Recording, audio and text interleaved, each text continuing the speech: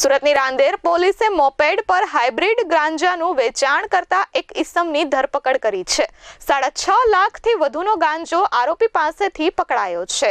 Surat police દ્વારા no drugs in Surat city અભિયાન છેલ્લા ઘણા સમયથી ચલાવવામાં આવી રહ્યું છે, ત્યારે રાંદેર પોલીસે 6.5 લાખથી વધુની કિંમતના હાઇબ્રિડ ગાંજા સાથે એક આરોપીની ધરપકડ કરી છે। પાલનપુર પાટિયા સ્થિત મશાલ સર્કલ પાસેથી આરોપીની ધરપકડ કરવામાં આવી છે। પોલીસે ચરવાક જનક ભટ્ટ પાસેથી 225.87 ગ્રામ હાઇબ્રિડ ગાંજાનો જથ્થો કબજે કર્યો છે, જેની કિંમત 6.5 લાખથી વધુ છે।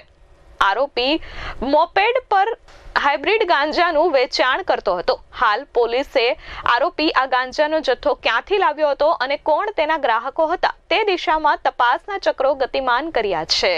ગઈકાલ રાત્રે મોડે બાતમી હકીકત અમને મળેલ કે ચરવાક નામનો એક વ્યક્તિ છે એ ઇલેક્ટ્રિક મોપેડ પર હાઇબ્રિડ ગાંજાનું વેચાણ કરવા માટે નીકળી રહેલ છે, તો એના માટે અમે વોચ બાતમી ગોઠવેલ, જેના આધારે મસાલ સર્કલ પાસે એ પસાર થઈ રહ્યા હતા। એ દરમિયાન તેમને કોર્ડન કરી પકડી અને એનડીપીએસના કેસની પ્રોસિજર મુજબ તેઓને ઝડપી તપાસ કરતા તેઓની પાસેથી 225 ગ્રામ હાઇબ્રિડ પ્રકારનો ગાંજો મળી આવેલ છે, જે 6.5 લાખ ઉપર એની કિંમત થવા પામે છે।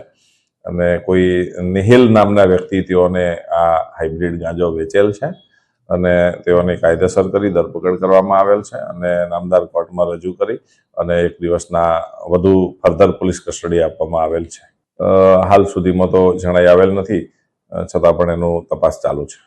Bureau report S24 news Surat.